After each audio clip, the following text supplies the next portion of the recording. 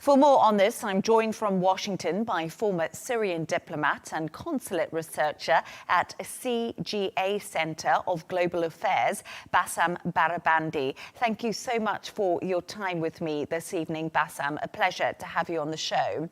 First of all, as we just said, this is a historic moment. You met Syria's leader, Ahmed al-Sharaa, yesterday ahead of his meeting with President Donald Trump. How was he feeling about this moment and this meeting he was due to have? Thank you for having me. Yesterday, Sharaa, and he always like this. He's always ambitious. He always confident. He knows what he wants. He knows how to sell his messages. His idea is very clear. His ambition is very big. I think it will be easy communication with the President Trump since he knows what he wants. He knows and expect what the American wants from Syria as well.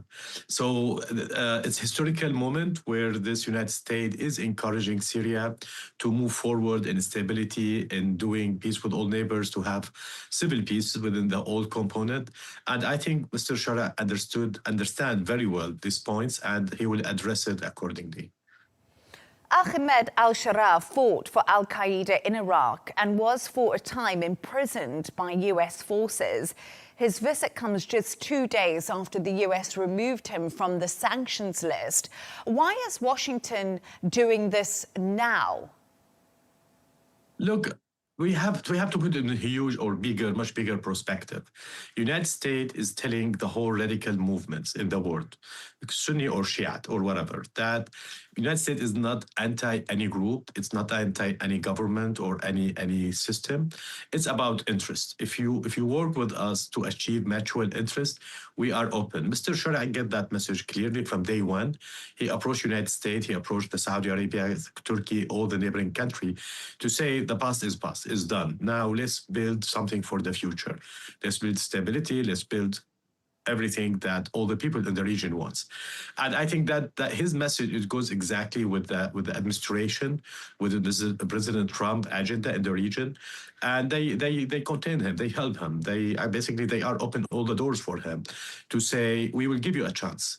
Till today, the key word with the American approaching the Syria is we will give you the chance. We will give you all the tools, all the opportunities that this make the chance successful story for you and for the United States. And Mr. Sharaa, he got the message very clearly and wisely. I think he is doing all what United States is expecting him to do toward his people, Syrian people, and toward the interests of the United States. Part of this understanding, this huge package that United States looking at the whole region, they give him all the needs, as I mentioned, so they waive his name from terrorist list in the United States and Security Council. It's become irrelevant. He's the head of the state, transitional head of the states. He's doing today, he will sign counter-ISIS. He will join the counter-ISIS coalition. Yesterday, the Syrian forces with American forces, they raid more than 71 places in different parts of Syria. It's a joint operation against ISIS leaders or ISIS sleeping cells. He worked with the United States, with the Western countries to cut the lines between Iran and other terrorist groups in the region, not using Syria. There's no more Captagon the way it used to be. So he's doing everything literally that the Syrian people needs and the American interest, matching the American interest and the regional countries.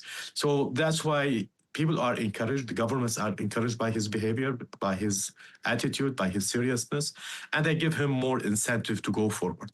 Syria is weak, the situation is weak. Don't forget that we came from 15 years of civil war, 55 years of socialist dictatorship of Assad.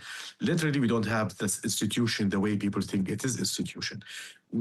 They are trying to build it. So all this help, all the support to help Syria to be more stable, more engaged with the world, and more happy ending for the whole Syrian and successful story for the American new model.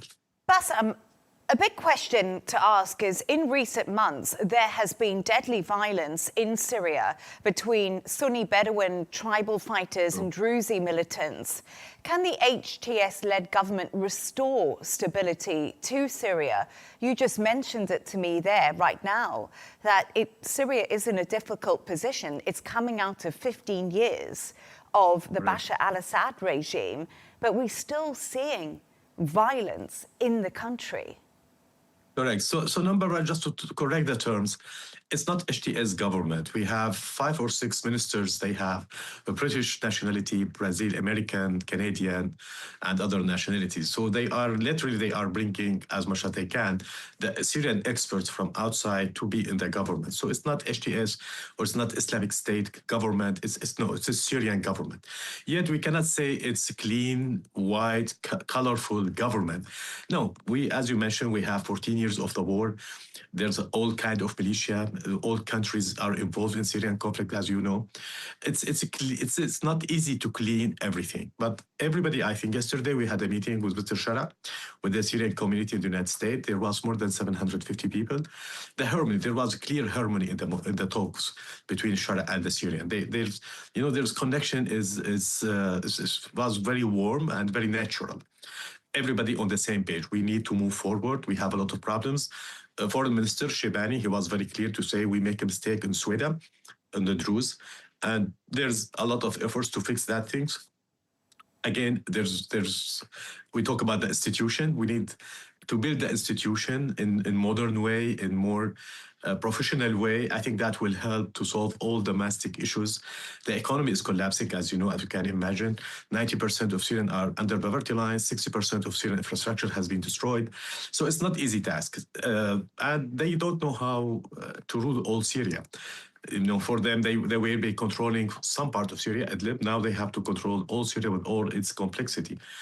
So it takes time, but again, he is sending all the right messages. He's taking all the right steps. People are following and observing the Western countries, the Arab countries, Turkey. Everybody is encouraging, and they say they are serious. And they try to, as much as we can, all together, collectively, Syrian and the Western country or the neighbor countries, to move forward, to solve these issues. Is it easy? It's not easy, absolutely not easy. Mistrust is big, resources is very limited, sanction is heavy. That the importance of today's visit. So today's visit, they will announce 3 or 4 announcements from Commerce Department, U.S. Commerce Department, U.S. Treasury, State Department, in the sign that we, United States, encourage direct investment money into Syria, just to help the economy and help the government to stand up in a professional way to solve all these issues that inside Syria. We've just spoken and you've just talked to me about the complexities inside of Syria and how difficult it is coming out of the regime that the Syrians were under to now rebuilding, to development. They're holding the talks with Donald Trump at the moment. Due shortly in the White House is al-Sharaa. And according to reports, the US is planning to establish a military base near Damascus and also a possible security pact between Syria and Israel. You spoke to al-Sharaa yesterday yourself, the leader of Syria. What did he say could be achieved in today's meeting, and what is important for him right now? He was very clear that Syria is Syria. It's 185,000 square meters, and all is Syria. So that means he will not give concessions on the land for anyone. That very clear red lines for him. He wants peace with Israel. Since he became president till today, he never mentioned any word hostile to Israel. He just said we want peace in the region. They engage with peace talks with Israel. I think 5 or 6 rounds of talks, many different parts of the world. I think it was very close to achieve some demilitarization connection between Syria and Israel, to bring it to where the border was, or the contact forces between Syria and Israel in 1974 used to be. I think we were very close. I think still we are very close. It's more about United States to put more pressure on Israel to accommodate the security for both sides. I think we back to the Syrian people more than the Shara. I think most of the Syrian people, they see the value of have peace with Israel, to have stability in the region. We are really tired from the world. We have in Europe, we have more than 6 million Syrian refugees in Europe. I think most of them, they would love to come back to Syria. To come back to Syria, they need school, for example. basic thing. They need school, they need electricity. How you encourage person in Germany or United Kingdom or France, let's say, or even in Turkey to come back with his family to Syria, and there's no school system or no healthcare system. So the people are aware that stability is important. Stability include have kind of arrangement with Israel. So it's with a public mood momentum. It's up now to the United States to put real pressure on Israel to accept whatever deal they have done, they have achieved. I don't think, I think tomorrow will be much better than today. That again, the US understand the value of this moment. They understand that this person can deliver internally into Syria and in the United States interest and the regional interest. That's why they are supporting him. That's why Mr. Trump is meeting with him. Definitely, there's a lot of conditions. It's not easy meeting will be. I think the American will be very clearly about investment, about protecting minorities, about institution, about the peace with Israel as well, about countering Iran, countering ISIS, Captagon.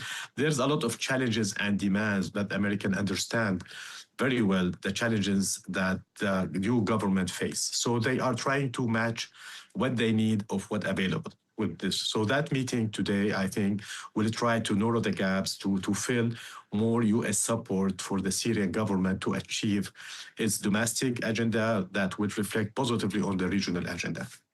Bassam Barabandi, thank you so much for speaking to me and your insights on that historic visit.